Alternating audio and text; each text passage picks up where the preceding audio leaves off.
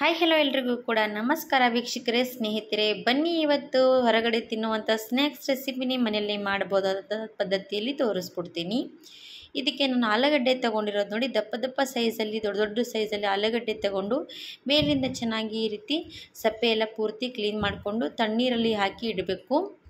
ಆಲೂಗಡ್ಡೆ ಪೂರ್ತಿ ಈ ರೀತಿ ಸಪ್ಪೆ ಎಲ್ಲ ತೆಗೆದ ತಕ್ಷಣ ನಾವು ತಣ್ಣೀರಿನಲ್ಲಿ ಇಟ್ಕೋಬೇಕಾಗತ್ತೆ. ಏನು ಮಾಡ್ತಾ ಇದ್ದೀನಿ ಏನಪ್ಪ ಅಂತ ಯೋಚನೆ ಮಾಡ್ತಿರಲ್ಲ, ಹಾಗಾದರೆ ಯೋಚನೆ ಮಾಡೋರು ಬಿಟ್ಬಿಡಿ, ಪೂರ್ತಿ ವಿಡಿಯೋ ನೋಡಿಕೊಂಡು ಹೋಗಿ.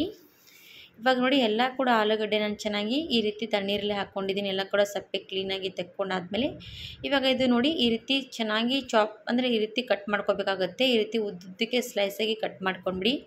ಇವಾಗ ನೋಡಿ ಎಲ್ಲನೂ ಕೂಡ ಇದೇ ರೀತಿ ಉದ್ದುದ್ದಕ್ಕೆ ಕಟ್ ಮಾಡ್ತಾ ಇದ್ದೀನಿ. ಅದಕ್ಕೋಸ್ಕರನೇ ಆಲೂಗಡ್ಡೆ ಸ್ವಲ್ಪ ಉದ್ದುದ್ದಕ್ಕಿದ್ರೇ ಸಾಕು, ಚೆನ್ನಾಗಿ ಬರುತ್ತೆ.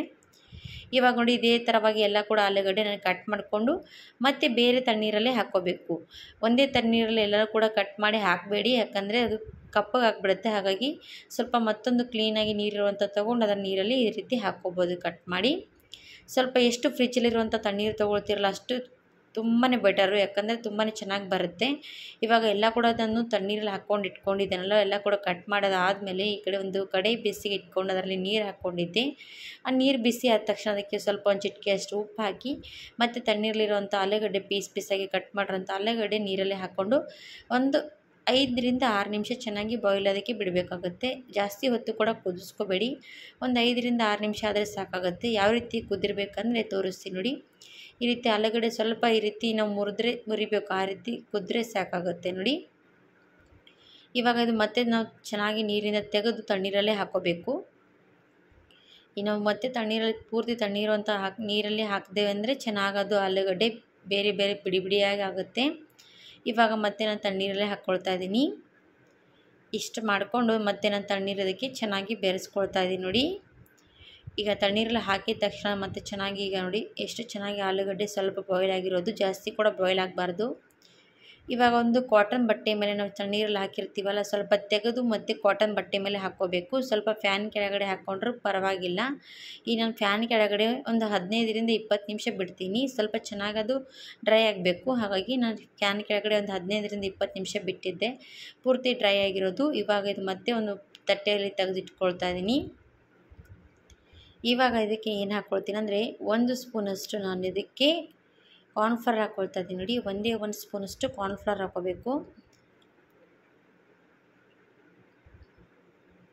ಈಗ 1 ಸ್ಪೂನಷ್ಟು ಕಾರ್ನ್ಫ್ಲವರ್ ಹಾಕ್ಕೊಂಡು ಚೆನ್ನಾಗಿ ಎಲ್ಲ ಕಡೆ ಅಂಟ್ಕೊಳ್ಳೋ ರೀತಿ ಮಿಕ್ಸ್ ಮಾಡ್ಕೋಬೇಕಾಗತ್ತೆ ನೋಡಿ. ಎಲ್ಲದಕ್ಕೂ ಕೂಡ ಬಿಡಿ ಬಿಡಿಯಾಗಿ ಅಂಟ್ಕೋಬೇಕು, ಅಲ್ಲಿವರೆಗೂ ಚೆನ್ನಾಗಿ ಮಿಕ್ಸ್ ಮಾಡ್ಕೊಂಡ್ಬಿಡಿ. ಅದಕ್ಕೆ ಮೇಲೆ ಒಂಥರ ಕೋಟಿಂಗ್ ಕೊಡಬೇಕು, ಆ ರೀತಿ ಚೆನ್ನಾಗಿ ಅಂಟ್ಕೊಳ್ಳೋ ರೀತಿ ಇದಕ್ಕೆ ನಾವು ಹಚ್ಕೋಬೇಕು. ಇವಾಗ ನೋಡಿ ಎಲ್ಲ ಕೂಡ ಚೆನ್ನಾಗಿ ಅಂಟ್ಕೊಂಡಿರೋದಲ್ವ. ಈಗ ನಾನು ಮುಂದೆ ಏನು ಮಾಡ್ತೀನಿ ಅಂದರೆ ಚೆನ್ನಾಗಿ ಎಣ್ಣೆ ಕಾಯೋದಕ್ಕೆ ಬಿಟ್ಟಿದ್ದೆ. ಎಣ್ಣೆ ಜಾಸ್ತಿ ಹೀಟಾಗಿರಬೇಕು. ನಾವು ಪೂರಿ ಮತ್ತು ಏನಾದರೂ ಎಣ್ಣೆ ಕಾಯಿಸ್ತೀವಲ್ಲ ಅದಕ್ಕಿಂತ ಜಾಸ್ತಿನೇ ಹೀಟಾಗಿರಬೇಕಂತ ನೋಡಿ. ಎಣ್ಣೆ ಎಷ್ಟು ಚೆನ್ನಾಗಿ ಹೀಟಾಗಿರುತ್ತಲ್ವ ಅಷ್ಟು ಚೆನ್ನಾಗಿ ಅದು ಎಣ್ಣೆ ಹೀರ್ಕೊಳ್ಳೋದಿಲ್ಲ ನೋಡಿ.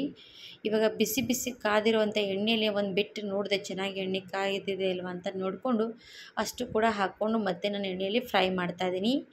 ನೋಡಿದ್ರೆ ಗೊತ್ತಾಗ್ತಾ ಇರ್ಬೋದು ಯಾರಿಗಾದರೂ ಏನು ಮಾಡ್ತಾಯಿದ್ದೀನಿ ಅಂತ ಗೊತ್ತಾಗುತ್ತೆ, ಯಾಕಂದರೆ ನಾನು ಮಾಡ್ತಿರೋಂಥ ರೆಸಿಪಿ ಎಲ್ರಿಗೂ ಕೂಡ ಗೊತ್ತಿರುವಂತೆ. ಇವಾಗ ನೋಡಿ ಚೆನ್ನಾಗಿ ಬಿಸಿ ಬಿಸಿ ಎಣ್ಣೆ ಕಾದಿರುವಂಥ ಎಣ್ಣೆಲಿ ಹಾಕಿ ಚೆನ್ನಾಗಿ ಫ್ರೈ ಮಾಡ್ಕೋಬೇಕು. ಕ್ರಿಸ್ಪಿನೆಸ್ ಬರೋವರೆಗೂ ಚೆನ್ನಾಗಿ ಫ್ರೈ ಮಾಡ್ಕೊಂಡ್ವಿ ಅಂದರೆ ತುಂಬಾ ಟೇಸ್ಟ್ ಬರುತ್ತೆ. ಇವಾಗ ನೋಡಿ ಎಲ್ಲನೂ ಕೂಡ ಕ್ರಿಸ್ಪಿನೆಸ್ ಬರೋವರೆಗೂ ಮತ್ತು ಕಲರ್ ಕೂಡ ಚೆನ್ನಾಗಿ ಬರ್ತಾ ಇರೋದು ನೋಡಿ. ನಾವು ಅದಕ್ಕೆ ಕಾರ್ನ್ಫ್ಲವರ್ ಹಾಕ್ಕೊಂಡಿರ್ತೀವಲ್ಲ ಅದಕ್ಕೋಸ್ಕರ ಚೆನ್ನಾಗಿ ಕ್ರಿಸ್ಪಿನೆಸ್ ಬರುತ್ತೆ. ಇವಾಗ ನೋಡಿ ಎಲ್ಲನೂ ಕೂಡ ಫ್ರೈ ಮಾಡಿಕೊಂಡು ಒಂದು ಪ್ಲೇಟ್ನಲ್ಲಿ ಎತ್ತಿ ಇಟ್ಕೊಂಡಿದ್ದೀನಿ. ಇದ್ರ ಜೊತೆಗೆ ಸಾಸ್ ಇದ್ದರೆ ತುಂಬಾ ಸಖತ್ತಾಗಿ ಹೊರಗಡೆ ಸಿಗುವಂಥದ್ದು ನೋಡಿ ಫ್ರೆಂಚ್ ಫ್ರೈ ಮನೆಯಲ್ಲೇ ಮಾಡ್ಕೋಬೋದು. ಹಾಗಿದ್ದರೆ ಯಾಕೆ ತಡ ಮಾಡೋದು, ನೀವು ಕೂಡ ಮನೆಯಲ್ಲೇ ಮಾಡ್ಕೊಳ್ಬೇಕು, ತಿನ್ಕೋಬೇಕಂತ ಅಂದ್ಕೊಂಡ್ರೆ ವಿಡಿಯೋ ಕೂಡ ಸ್ಕಿಪ್ ಮಾಡದೆ ನೋಡಿ ಮಾಡ್ಕೊಳ್ಳಿ ಅಂತ ಅಂದ್ಕೊಂಡು ಈ ವಿಡಿಯೋ ಇಲ್ಲಿಗೆ ಎಂಡ್ ಮಾಡ್ತೀನಿ. Thank you for watching.